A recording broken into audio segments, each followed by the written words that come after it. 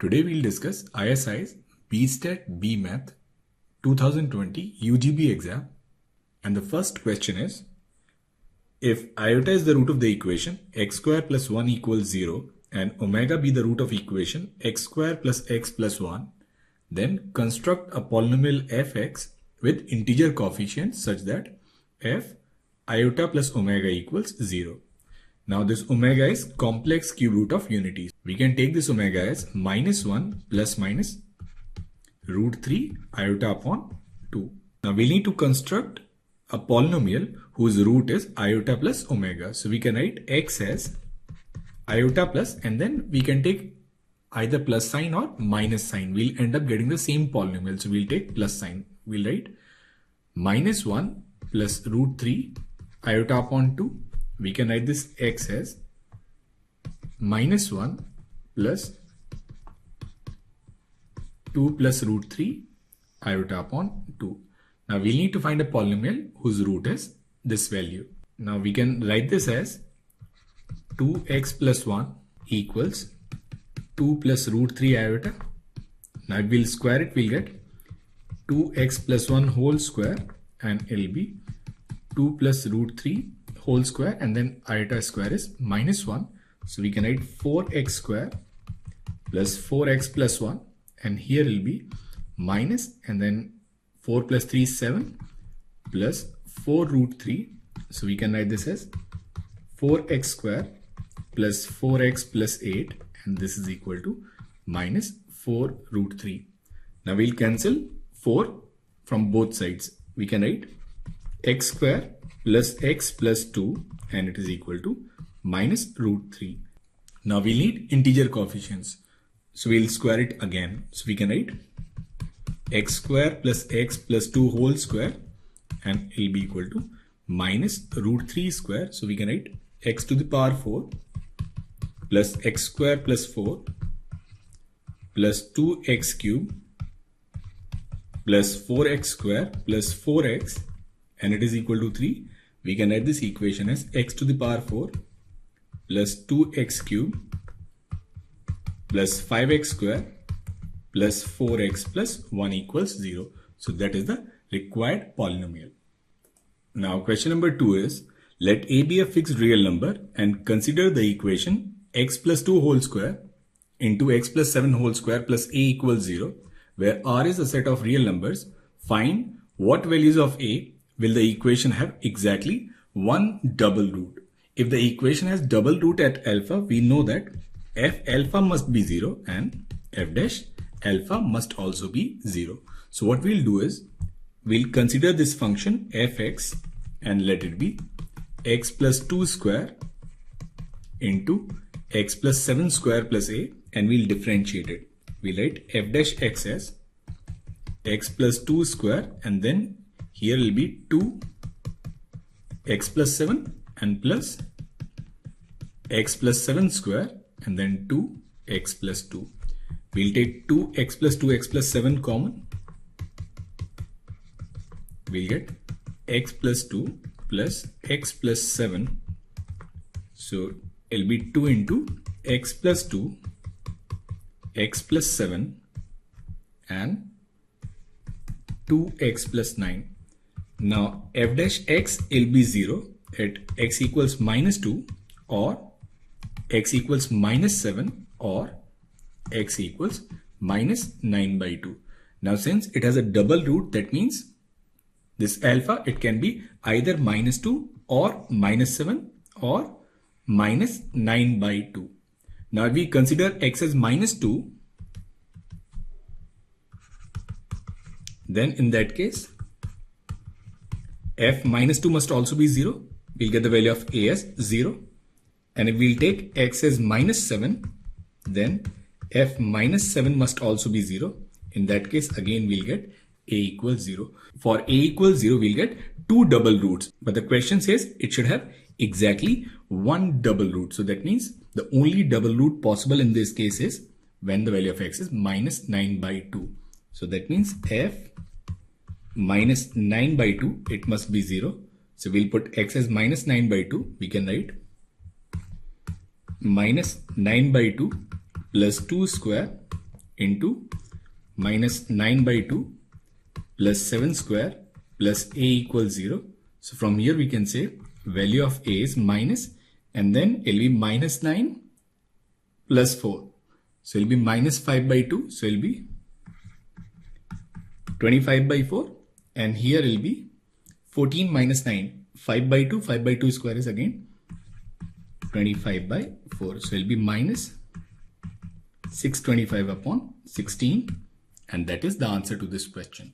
Now question number 3 is, let A and B be variable points on x-axis and y-axis respectively such that line segment AB is in the first quadrant and of the fixed length 2D.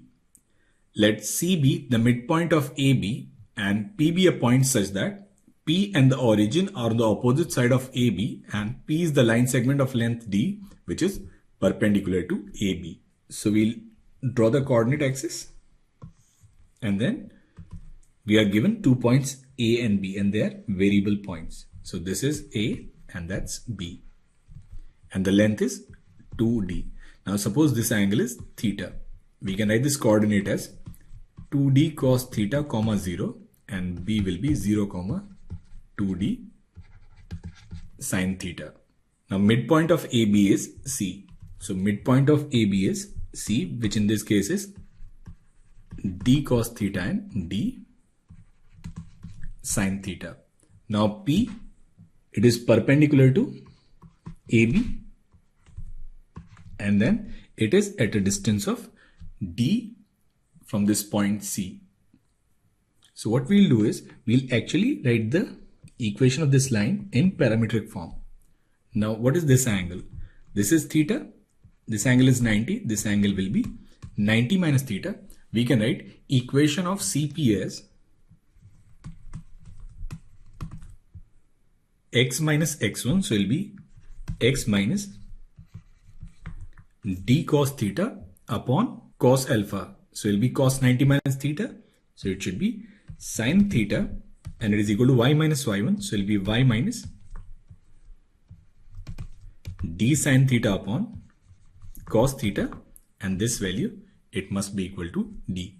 So from here we'll get x as d sin theta plus d cos theta, and we'll get y as d cos theta plus d sin theta. So coordinate of this point P, the d sin theta plus cos theta and d cos theta plus sin theta. So we'll need to find locus of P. So we'll take this point as alpha comma beta. So from here we'll get this condition that alpha must be equal to beta, and it is equal to d cos theta plus sin theta. Now this theta, it lies in 0 to pi by 2.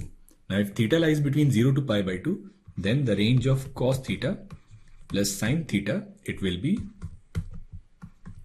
1 and root 2. So that means alpha must be equal to beta, and it should lie in the interval d comma d root 2. So that is the locus of this point. Now question number 4 is, we are given a real valued sequence xn such that this limit n tends to infinite n xn, it is equal to 0. Now we need to find all possible real values of t such that this limit n tends to infinite xn into log n to the power t is equal to 0. So what we'll do is we'll multiply with n and divide with n. We can write limit n tends to infinite n into xn into limit n tends to infinite log n to the power t upon n, and this limit, it must be 0. Now it is already given the question that this limit n tends to infinite n xn, this limit is 0. Now what about this other limit? So this other limit is limit n tends to infinite log n to the power t upon n. Now we'll take two cases. Case 1, when the value of t is less than or equal to 0. Now if this t is less than or equal to 0, then it is of the form 1 upon infinite. So in that case, value of this limit will be 0. Now we consider the second case when t is greater than 0, then it will be of the form infinity upon infinity. There we can use L'Hopital's rule. We can write limit n tends to infinite and it will be t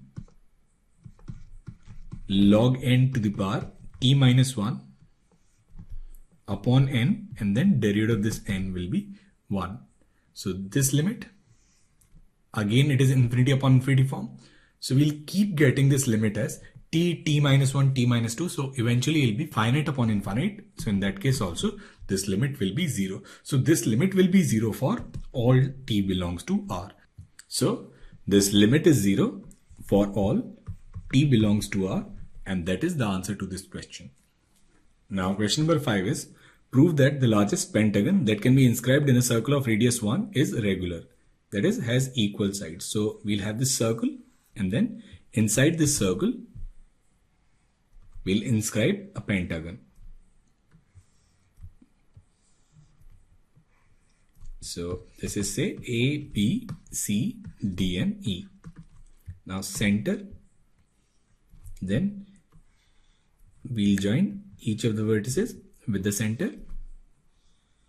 Now let these angles are theta 1, theta 2, theta 3, theta 4 and theta 5. Now sum of all the angles, it must be 2 pi. Now we'll find area of any triangle. Area of any triangle is given by 1 by 2 r square into sine theta I. So sum of areas of all these 5 triangles will give us area of this pentagon. Area of this pentagon will be this summation delta I. So it will be 1 by 2, value of r is 1, and then this summation sine theta I, where I varies from 1 to 5. Now if sine is concave down function in this interval, then we can say that this summation sine theta I upon 5 must be less than or equal to sine summation theta I upon 5. So we can write sine summation theta I upon 5, and it will be less than or equal to sine. Now what is summation theta? Summation theta is 2 pi. So it will be 2 pi by 5. So from here we can say this delta p, which is equal to 1 upon 2 summation sine theta I, will always be less than or equal to, now 1 by 2, and then summation sine theta I will be 5 into sine 2 pi by 5.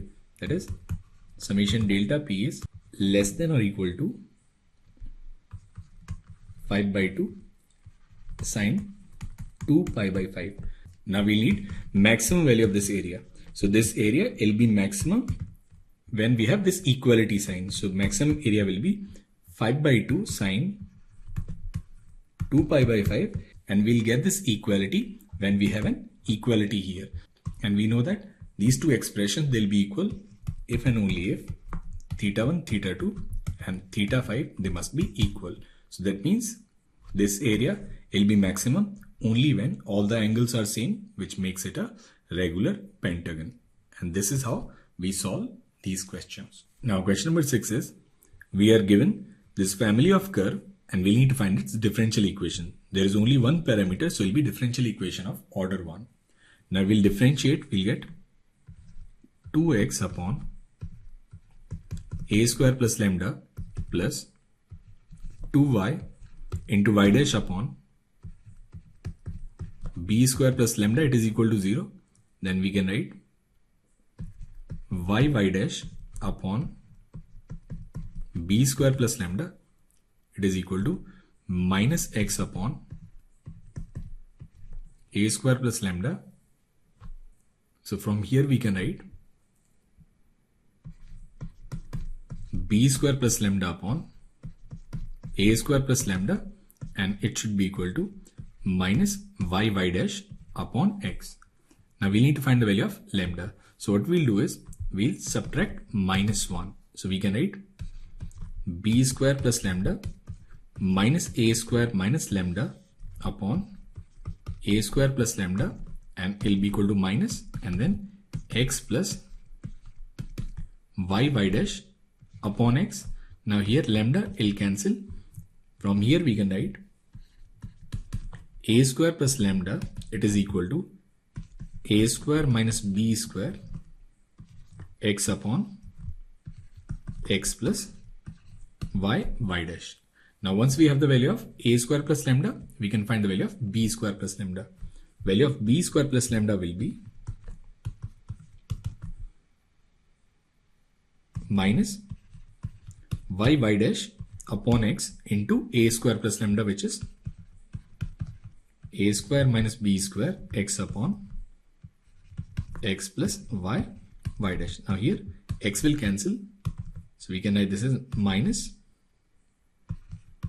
y dash a square minus b square upon x plus y into y dash. Now we'll replace the value of a square plus lambda and b square plus lambda in the given equation.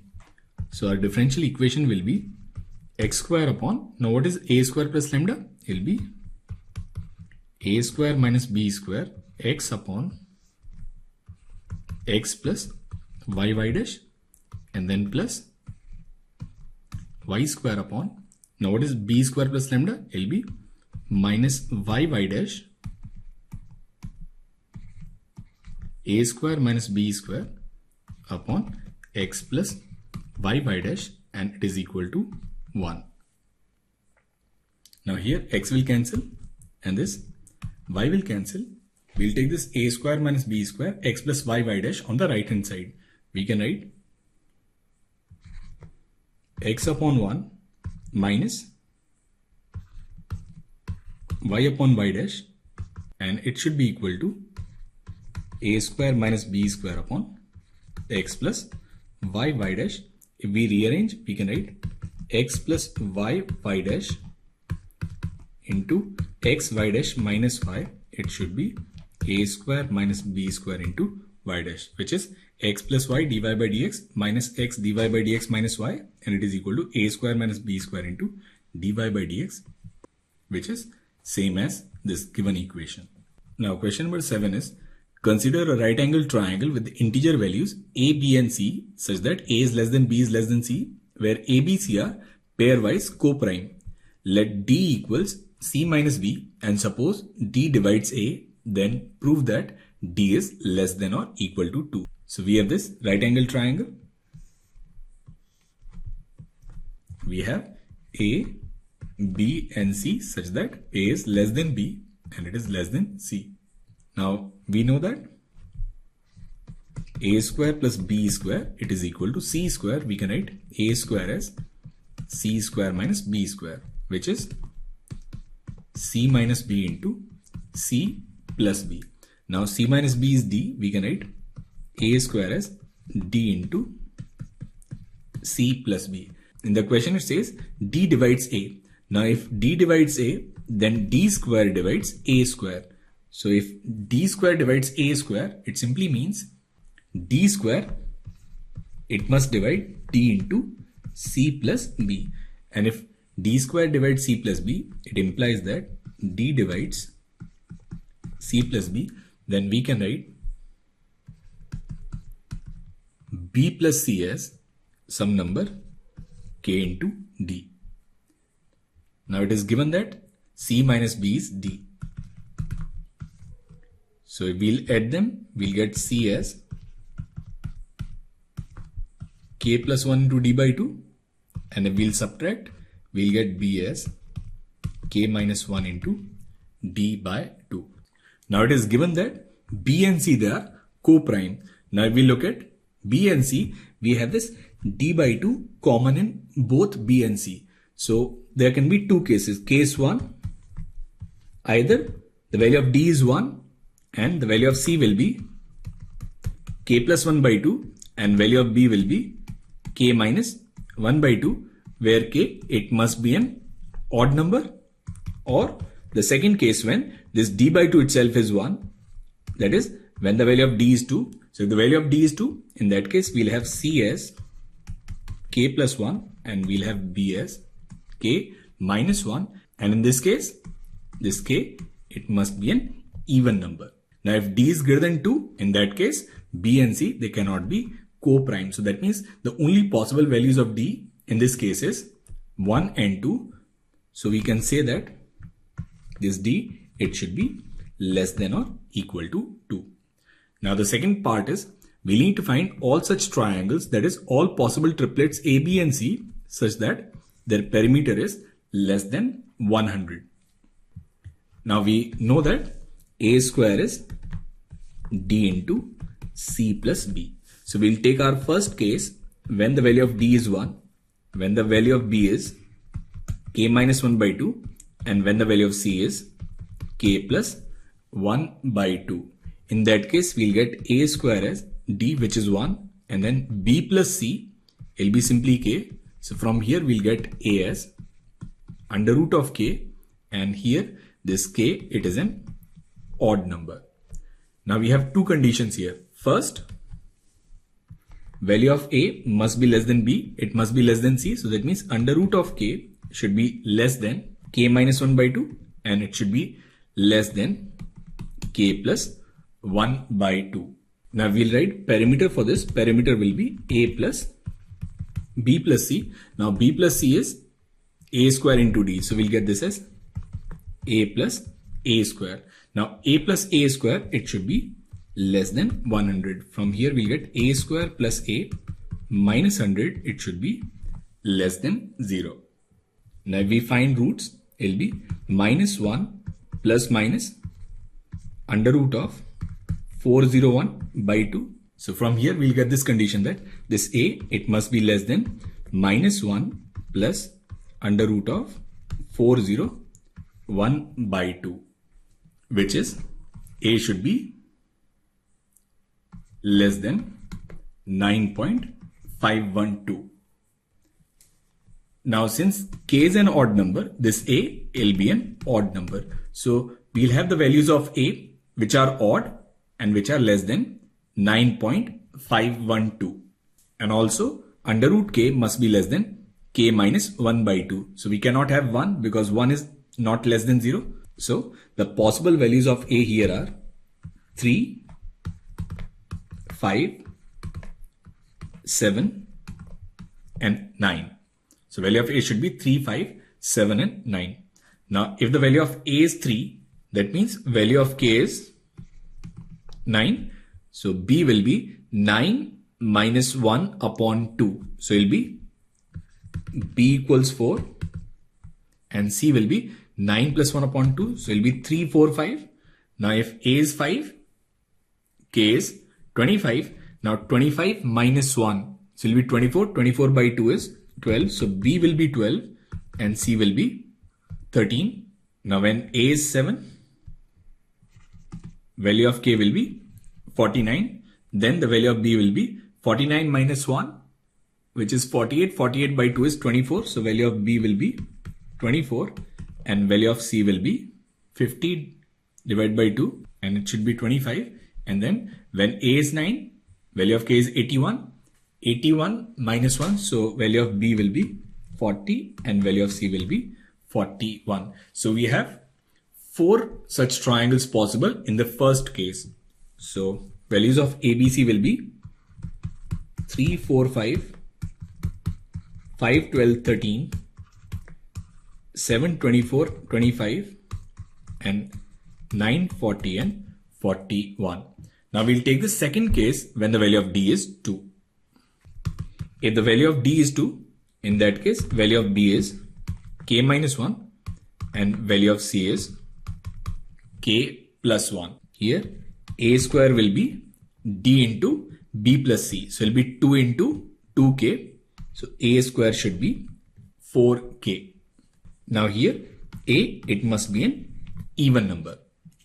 Now we'll write perimeter. Perimeter is a plus b plus c. So it will be a plus, now b plus c is a square upon d. So it will be a square upon 2 and it should be less than 100 and also a should be less than b. Now we'll solve this condition. We'll get a square plus 2a. It is less than 200.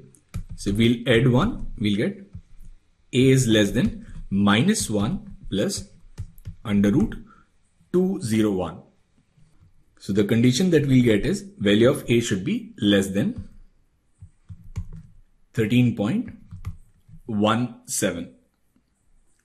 Now here we also have this condition that a is less than b. So we have a and then b is k minus 1, and since k is a square by 4, we can write a is less than a square by 4 minus 1.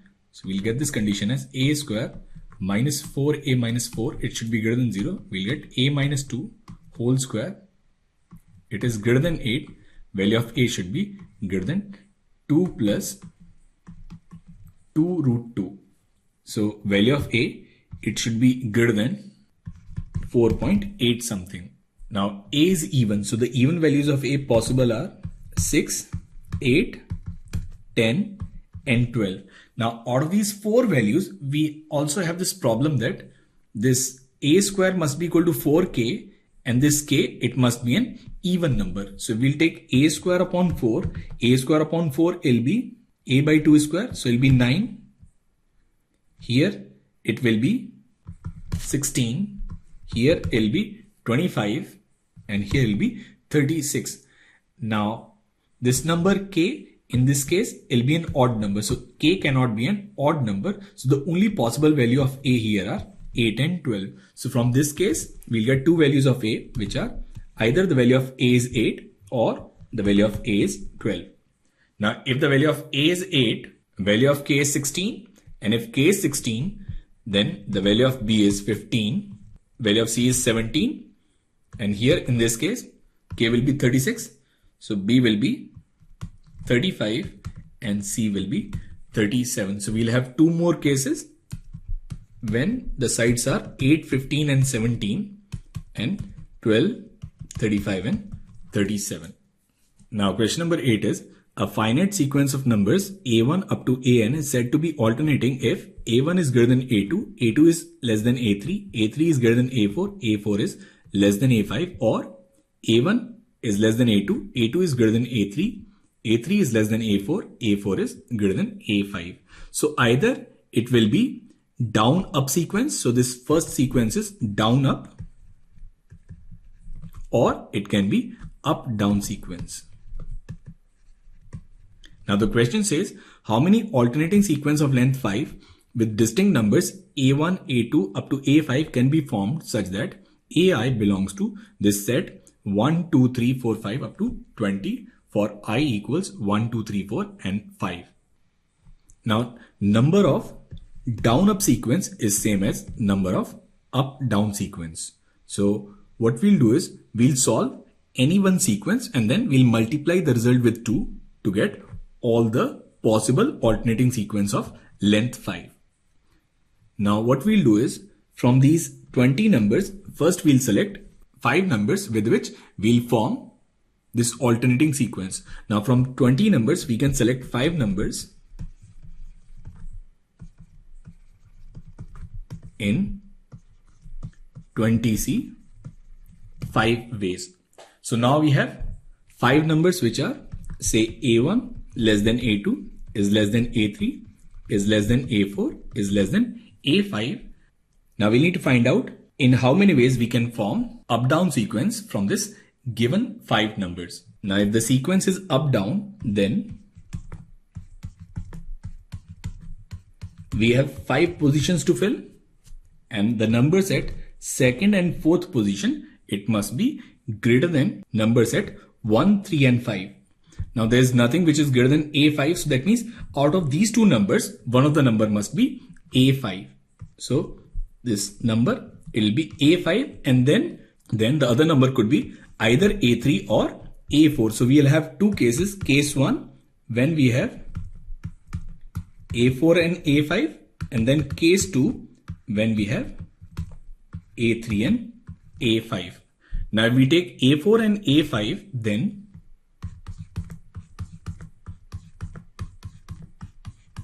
these 2 positions, they are to be filled with a4 and a5. So these 2 numbers can be arranged in these 2 places in factorial 2 ways. Now the remaining 3 numbers a1, a2 and a3, they can be arranged in factorial 3 ways.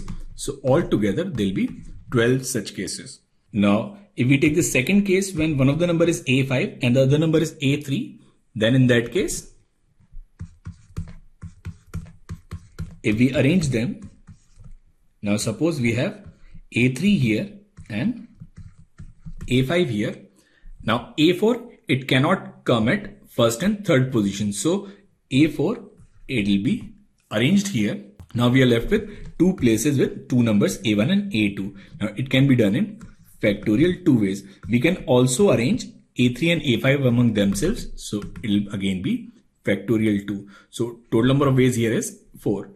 So for the selected 5 numbers, number of up-down sequence, it will be 12 plus 4 and that is 16. Now number of up-down sequence is same as number of down-up sequence. So total number of alternating sequence that can be formed from any 5 numbers will be 16 plus 16 and there will be 32. So the total number of sequence of length 5 which can be formed from these given 20 numbers is this 20C5, which is selection of these 5 numbers, and these 5 numbers, they can form alternate sequence in 32 different ways. So answer to this question will be 32 into 20C5 and that is the answer to this question.